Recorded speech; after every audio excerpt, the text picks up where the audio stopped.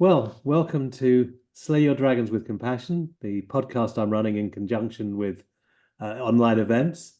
My name is Malcolm Stern, and I'm getting some fantastic guests to share stories where they've overcome adversity, where they've been through something that has really upended their lives, and they've found some resources in order to be able to deal with that.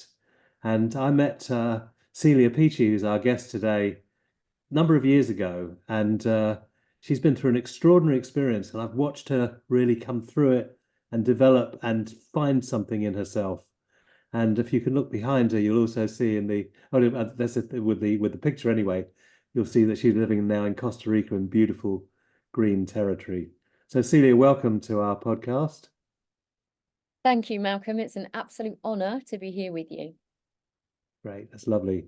And your story is amazing because we go through things in life that we don't dream we're going to go through, and then we don't know how we're going to find our way through the difficulties that we've had, the adversity that we've faced, and somehow something in us seems to get born. And I've watched that happen with you. Something got born in you that, despite the enormity, you'll tell us the story in a little bit, but despite the enormity of what you've been through, you found something that's allowed you to not only survive, but to thrive.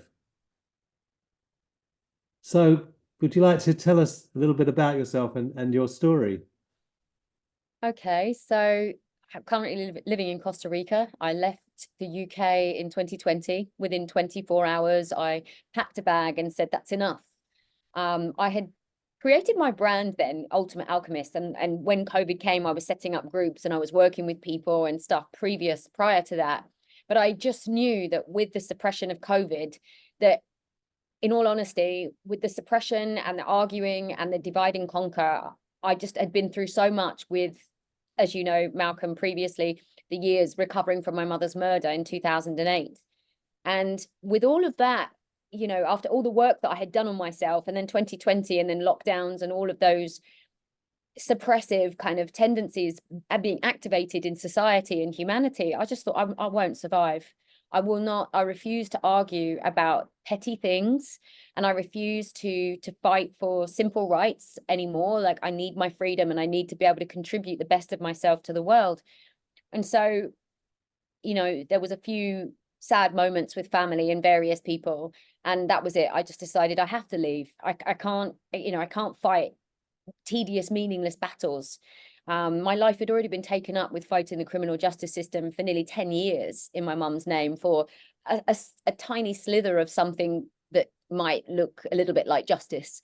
And leaving the UK was one of the toughest things I did in many ways, because I left on my own with one suitcase. I left everything I owned behind. And my mind was like, no, go in a month, make sure you pack everything up. And then it was like, they're material items. Nothing is more important than my energy and then how I feel about myself and my life. And if I'm to actually contribute the best of myself and become a world-class coach, because that's where, you don't overcome what I've been through without considering yourself, getting out of bed every day and saying, this is the standard. This is what I want for people. I don't want anyone to suffer alone or feel that they haven't got what it takes to make their life the best that it possibly can be. And so I made that decision. And my mother's anniversary, I was in Mexico and I made a video saying, everybody, I've left the UK because I didn't want to be there on my mother's anniversary during a lockdown, because I just did not think I would survive. And that I choose to contribute and create a legacy and create something meaningful in service to the greatest good. And I've been living here in Costa Rica for 3 years. And it's just been one of the best things I've ever done. I absolutely love it. I have a fantastic community. I live in a tree house right now, a house on stilts that overlooks the jungle, and I'm coaching women all over the world. And it's a dream come true. Mm. And you talked about your mother's murder, which is obviously a very big subject, and it's the subject we're probably going to look at today because that had an extraordinary impact on you.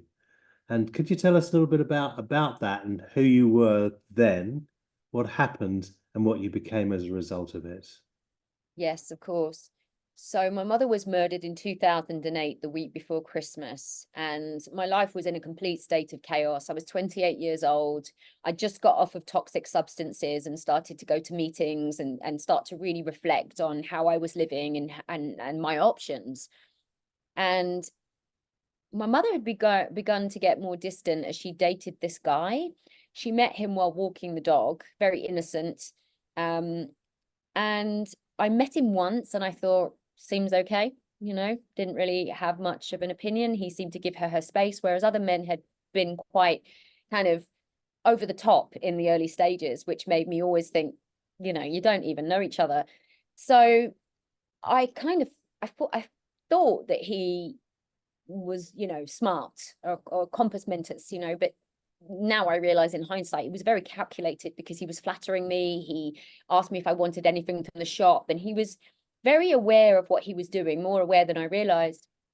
Anyway, I thought my mum was okay, initially, and I was in London. I wasn't in Essex where she lived. And so I wasn't aware of the erosion of her confidence and how he was manipulating her.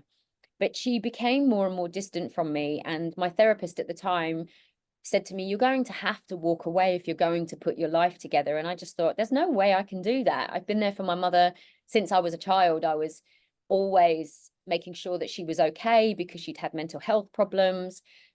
And, I was a kind of bodyguard.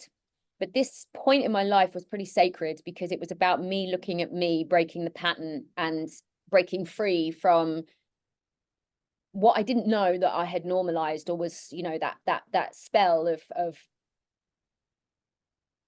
I don't know, distraction or denial or something like that. So anyway, I was in London one day and she called me and she said she was in London, and I met her and him at the same time, and she just wasn't herself. It was absolutely alarming. Her behavior had changed so much. She was so worried and scared and confused, and I could see that this person was exceptionally calculated and manipulative. He'd been spending her money and acting like he was the grand Casanova. And I just thought, I cannot believe what is happening. So I told her, I said to her, you need to get rid of him. Whatever you need to do, get rid of him. And as soon as he knew that I was a threat to him, that's when the contact cut. Or I just thought she didn't want to know me anymore. And I was heartbroken because my mother and I were exceptionally close. She was a challenging character in my life, but she was so full of love and so kind and gentle. But it was her own childhood trauma that was the thing that got in the way. And she never meant to do the things that she did. So I had exceptional amount of compassion for her. I didn't realize how costly it was to my life until a lot later. So anyway, I decided to go on a vipassana meditation retreat because it was desperation and divine intervention at the same time. I just reached a point where I thought, no holiday is going to fix this mind of mine. I was multitasking. I was trying to change my life and nothing was working. I couldn't be present. If someone was talking to me, I was thinking, I need to be over there. I should be over there. I should have done this already. I should have done it yesterday. And it was destroying my relationships. I wasn't going anywhere. I was just going in circles. And so when someone told me about Vipassana, my initial response was, no way, that looks awful. It looks boring. But a year later, nothing had changed. So I decided to go, and I went at the exact time that my mother's life was taken. Now, that wasn't planned. I went to see her before her birthday. I went to her house, and she said to me, she was a shadow of her former self. It was alarming to me. And I think at the time that he might have been in the house hiding. I'm really not sure. Anyway, I saw her and she said to me, I love having you around. I feel so much stronger when you're around. And she drove me to the station. She hugged me and it was the tightest hug ever. And I said to her, look, I'll take you out for your birthday when I come out of Vipassana. And I just had no idea that would be the last time that I saw her. And,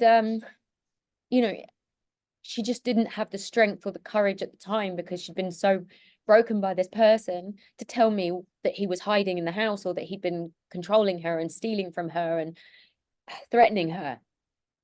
And so I went on Vipassana without knowing, the extent of what she was experiencing.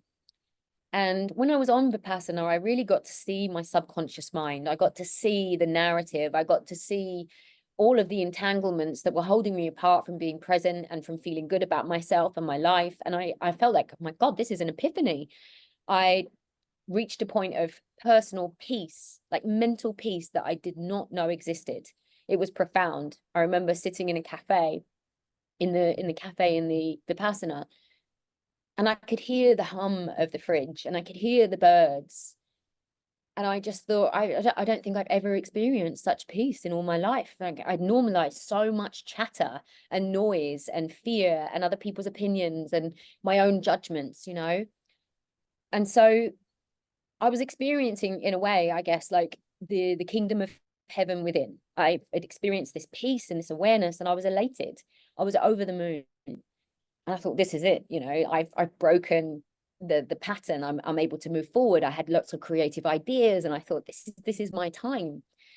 So I finished the Vipassana, and we went into speaking for the last day. And it was really interesting because I was able to speak to people that my mind had created judgments about. That person eats like that, they must talk like this or be like this or whatever. It was fascinating to see how my mind had created these characters. And when I spoke to people, they were nothing like my mind had created them to be. And I was just having awakening after awakening after awakening about how this creates so much fabricated reality. So again, I was just getting high on all the realizations. And eventually we're given our phones, because you give up your phone. Like on a Vipassana, it's the oldest, purest form of meditation in India. You're training your mind through your body to the language of sensation. So every time your mind runs off with a story to the future or to the past, you train your mind back into the language of sensation and release the memories. And they teach you that the two things that lead to misery are craving and attachment. So you're literally training your mind out of craving and attachment to just be with what is and see where the root causes come from. And So was this a 10-day course that you were on? yes, 10-day course. I did it in Herefordshire, and since then I've done them in Nepal, I've done them in Mexico, I've done them in Nepal, Herefordshire, numerous places, Thailand, because I've made a commitment to training my mind. I've made a commitment to hardwiring to my intuition, because with all the information in the world today, what can you rely on? You know, you really do need that discernment. So at the end of the retreat, after I'd had this epiphany of speaking to people, we went and got our phones, and I saw on my phone that I had all these messages, like loads of messages, and my ego thought, well, I'm so popular, look at this. Thankfully, I had the awareness not to answer those messages or check them before I left the retreat, because that could have destroyed everybody's experience. And I was actually meant to be getting the train, and so I could have been on a train when I found out the news. So I got in a car, I ended up getting a lift with a few people that were really lovely. And as we're going down the road, I check my messages, and I see there are some from the police. And then I see that there are some from my mother's best friend. And I said to them, I said, I think you need to stop the car. There's something's happened and I need to check my messages. And I got out and I walked into the field. I checked the message, and my mom's best friend had left me a message saying, Celia, please call me. Something's happened to your mother. So I gave her a call because no one knew where I was. And that's when I picked up the phone, and she told me. She said, I'm really sorry, Celia. She said, but your mum's been murdered. And you know, you just never expect to hear those words.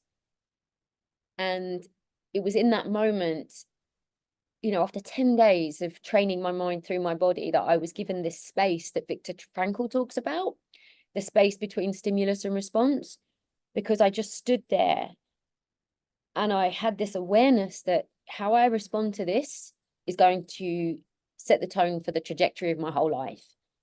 And I just stood there and I thought, wow, this either makes me or breaks me. And then all of a sudden, I was just guided to clap my hands. And as I did that, I just went, it makes me. And then I just got this whole feeling through my body, like a rush of energy. And then this message saying, be faithful, the balance is being addressed. And I just stood there completely dumbstruck. You know, I mean, don't get me wrong, I think I screamed first. And then I just took a moment to think, well, what do I do with this information? And I swear Vipassana saved my life, because I walked back to that car knowing that I had to be so conscious of everything I thought, said, and did from this moment on, because this could take me down, you know, because my mum was my closest friend. She was one of the kindest, beautiful people I've ever met. She always thought the best of people. She couldn't see the truth sometimes, which was obviously one of her downfalls. But it broke my heart nonetheless. But I know that this space between stimulus and response has given me the power to sit with the pain and process it in the best way that I know how over a period of time. I still, you know, I still went off the rails. I still, you know, grieved uncontrollably and had some really intense experiences with the grief. And it's taken years of constant commitment to healing. But had I not been on that retreat and had that, and had not found out at that particular time, I really don't think I would be here today. It's interesting because I think shock takes it's a while to set in, and when we have a major event happen in our lives, it's almost as though our bodies have the capacity to let it in bit by bit, and that's what I'm hearing happen for you. But you had already, with divine synchronicity, with extraordinary synchronicity, you'd already found a place of deep strength in yourself to face this challenge. And you could, as you said, you could very easily have fallen to pieces at the end of that. It's a most shocking thing to hear, and add to that the fact that your brother was in the house at the same time that this happened. Can you tell us Yeah, about that? absolutely horrific. He was 15 years old, and the man was following him around the house to make sure that he did not find my mother's body, because she was dead in the house for a week. And the police failed her on like every level you could think of. They even took the word of a convicted killer on her doorstep, because he'd previously murdered another woman and assaulted my mother, and she'd reported him.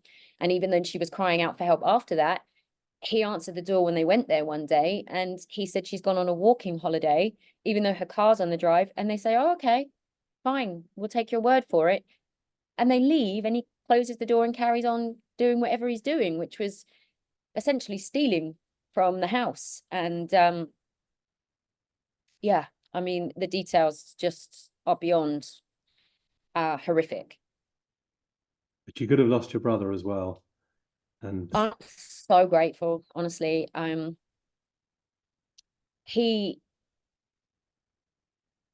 He's one of the kindest, strongest people. And I really believe that it's because he has a fantastic father that's been a real pillar of strength, that he's been able to cope with what happened. I mean, it sent both of us crazy, as you can imagine. That, like, it doesn't, being on Vipassana doesn't mean that I didn't fall apart. I broke into a million pieces, and so has he. But thankfully we have each other. And it was by being a coach and guiding myself, guiding other people, and then guiding him, that he's now found that that's what he wants to do, and helping other people. Because, you know, if you teach what you've learned, you're living in the solution.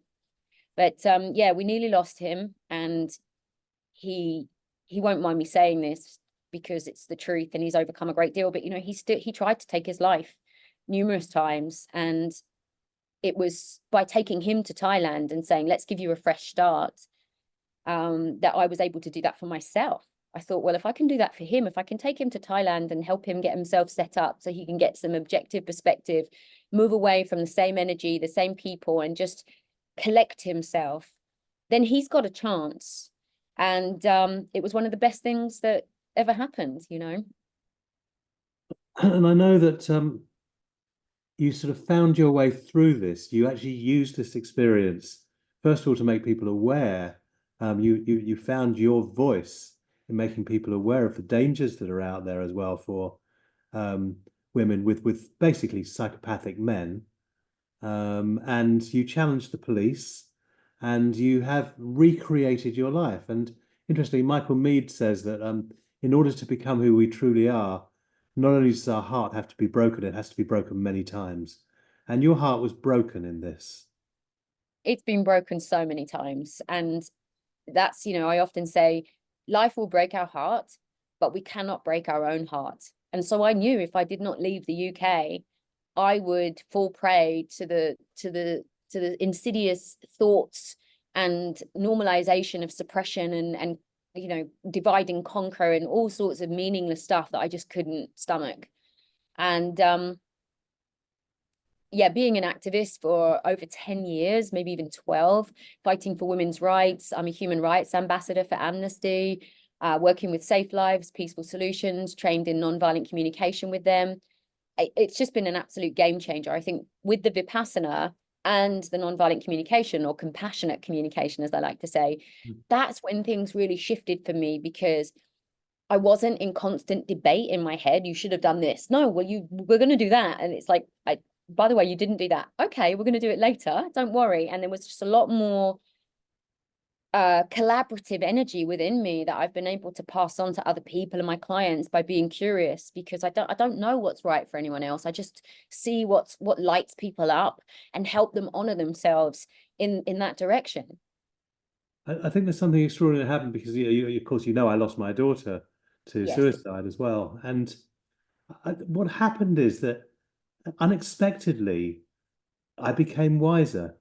I didn't choose that path, and I can hear very similar things have happened to you, Celia, as well. That actually, it's like it if it doesn't sink you, if it doesn't destroy you, something is born in you in the face of suffering, and then you start to take what you've learned out into the world. So what I'm hearing is you've got involved with Amnesty, you've got involved with women's rights, you've got involved with things that are really giving you an opportunity to bring the best of you to the world, to be in service effectively.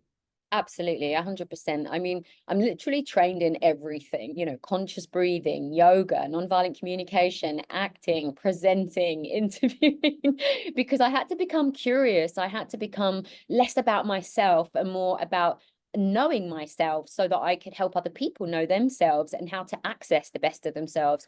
Because the victim consciousness is so insidious and it doesn't serve anyone, but the media loves to feed this archetype. And I found that I had to pull away from even some of the organizations that I was working with, because I was under their wing as a kind of victim energy. And so it served me only so long to be finding my strength within that vicinity. Then it was like, okay, I need to create a whole new, well, not a whole new identity, but a new identity that supports, you know, the woman that I've become and everything that. Yeah, so it's not really creating a new identity. It's almost like shedding a skin, isn't it? That actually is you've found something in yourself, which is a strength you didn't know you had, and you're living a life now that you're writing your own script to live a very beautiful life.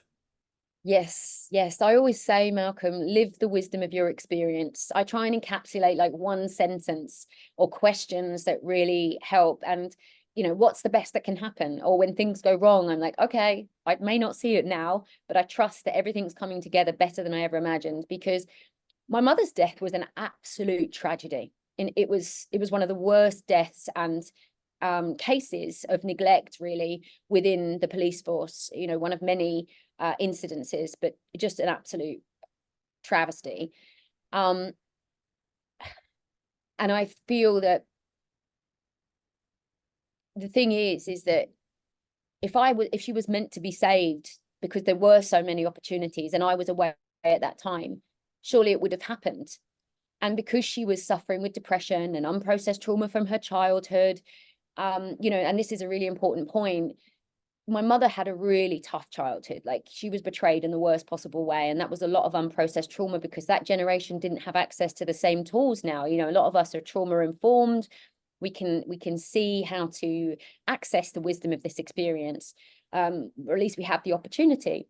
So it's a slight divergence, but I think it's important, is that my mum with my brother's dad met the love of her life. And she didn't do all the work that I've done on cultivating what is love and healthy relationships and all those things. But she attracted an incredible human being, my younger brother's dad. However, as a child, I watched how, when she was pregnant with my brother, postnatal depression activated her childhood trauma, and she thought that that was all happening again. And she projected that into the present moment and destroyed her happiness. I literally saw it. I could see the arc of the energy and the past playing out. And after that happened, she was never the same. They had the divorce, she moved into this small house, and then she saw that he'd moved on, and she kind of clicked at what had happened, because before she was just, you know, she was in a almost like a psychotic episode, you know. And so she regretted it, and she never forgave herself. And that's where her vibration went so low, to the same vibration of the childhood trauma, that on some level, I feel she attracted the same thing, a similar vibrational experience. Now, I'm not sure that everybody can understand this, but if your trauma is unprocessed, this is the importance of doing the work. It comes back, you know, it has to be dealt with. And so I feel that for me is almost like her death, because of the level of suffering. She's free now. That's what gives me some strength and some faith, is that she's not suffering. I'm not waiting for a phone call to say someone else has taken advantage of her or something else has happened. You know, she's finally free. Yeah. I mean, it's And very, I know that's difficult to digest. no, I really hear it. I really hear that actually you've had to go through a whole journey with your mother's death to come to terms with something and to find something in yourself. And it's almost like you're living the unlived part of her to some degree. You're actually finding your way. You're consciously looking for meaning in life. Mm-hmm. Yeah, consciously looking for it, consciously creating it. I have, after years and years of work, I have a really good relationship with my father now. And that's been a constant commitment. He's a great man. And, you know, in his latter part of his years, he's such an inspiration to me, the way he takes care of himself, and how I've just learned to interview him and ask him about himself rather than make assumptions about who he is. Because if we don't get curious about each other, we could lose a loved one without ever knowing who they really are, and just have a load of assumptions. So I've taken the time to get to know him, and it's healed my heart, you know, immensely. And now we have a great relationship. And I just feel that had a lot of this not happened the way that it did, I wouldn't have asked such deep questions of life. Yeah. I think I had the same thing when Melissa died. Suddenly my relationship with them, not suddenly, but the relationship with my other children really deepened, because I realized what I'd lost. And what I'm hearing is that you lost your mum and you found your dad. I mean, it's a little bit sort of simplistic, but there is something about that you're finding something in yourself. So looking forwards to where you go now, but I know you've been doing quite a lot of work. You've been on quite a lot of television programs around victim support and other things along that lines. What's your I mean, right now you're in paradise, but what's your aim? Do you have an ambition in life now? Yeah, absolutely. I'm working on a second round of a launch of a course called Illumination, which is all about focusing your time and your energy and bringing the best of yourself to your dreams, and creating that space to honor yourself, so that you can grow every year with a plan and a clear vision. Because without that, you are just a victim of the past. You need to have a vision. And I think that, you know, for a long time I was running from the past, and it took a while to flip into, there's a vision and I'm excited. I'm not being driven by fear, but I'm being propelled by love, you know. And it took a long time to clear that fear from my system, years. And so I'm creating a small video series called Portals to Paradise. And it's about, you know, one of them is about presence as an entity. When I read that in the presence process, after grieving something else, it really helped me. I thought, if I relate to presence as an entity, as a gorgeous being that I'm in love with, I'm gonna be safe. Whereas before I didn't feel safe in the present moment. So those key concepts are something that I choose to bring awareness to, and pivoting and flipping the script so that we can be alive, you know, in this moment and present to the gifts of life. And yeah, just building out my business and speaking to people like you, and just getting the message out there that we have to do the work on ourselves so that we can clear the fear and embody the love that we already are. Well, the lovely thing is that you're doing it at a young age as well. It's like it took me a long time to become an old git with some understanding of how life works. And it's like, and often we have to age. But I think when we go through trauma, I think that's one of the basis of this series that the podcast series that we're doing here. When we go through trauma and we find something in ourselves, it matures us. It brings us something when none of us look for it. None of us look for the terrible tragedies that happen in life. But somehow, if we are able to sort of almost surf the wave of tragedy and find the next step, which is what I'm hearing that you've done. Before we Yes. finish, I just want to check out about your brother, because obviously your brother would have been in incredible need of you, and it sounds like you really stepped up to. Was it easy with your younger brother? You stepped Yes. up and helped him find his way through the mess as well. What happened there? Yeah, I mean, it's been a real journey with him. He's battled alcohol and addiction, and you know, trying to take his life at one point a few times, and it was just, I didn't know what to do. And so I suggested ayahuasca, and it took him to the limit, because it was it was an extreme choice, because I didn't really know where else. It was an existential crisis. So he did it, and it opened Pandora's box. It made him see that he really didn't think, like me for a long time, that people wanted the best for him, that people were out to hurt him, and that how he felt about himself really low. And it just brought all of that to his awareness, and then cleaned it out of his system. His Mm. life kind of fell apart, and then it came back together. He's now, after being in Thailand for so long, he's now married to a beautiful girl called Jojo. And he's just signed up to do a Mind Valley certified coaching course. And he's on the path, Malcolm. He's on the path, and he's committed to himself and his own evolution. So I'm like over the moon. And just to say that, you know, these hallucinogenic substances and things that can do amazing things, and we have to be very careful because they can mess with our minds as well. Absolutely. I think it's really important to know who you're taking it with. You know, I've had a few experiences over the years. I did 5 years or more of shamanic work with various meditations and yoga and conscious breathing and all sorts of different shamanic work, you know, going on manual journeys, training my mind through my body, reclaiming my imagination without any medicines. And it was only 5 years later, after doing all that deep, consistent work, that I decided that I would try ayahuasca. And then I would do it maybe once or twice a year with really deeply trained indigenous indigenous facilitators that I knew could hold that space. And so yeah, you've got to be very, very smart about who you select, because there's a lot of people doing things now that, you know, maybe they shouldn't be. Yeah, and I think that's right. You know, I think it's a minefield out there, and sometimes we find our way through and we become a gift to the world, which is what I can see that you're working on in yourself. Yes, doing my best, Malcolm. I mean, I pray in gratitude to leave people better off, and to focus on being the most conscious, compassionate human being that I possibly can be, to be curious about other people, and live my life without regret. So just to close, if you were to let's just take a moment to just sort of, what was your mother's name? Maria. Maria. We just take a moment just to sort of like to say something in memory of this beautiful soul that you've lost. What would want to come through you?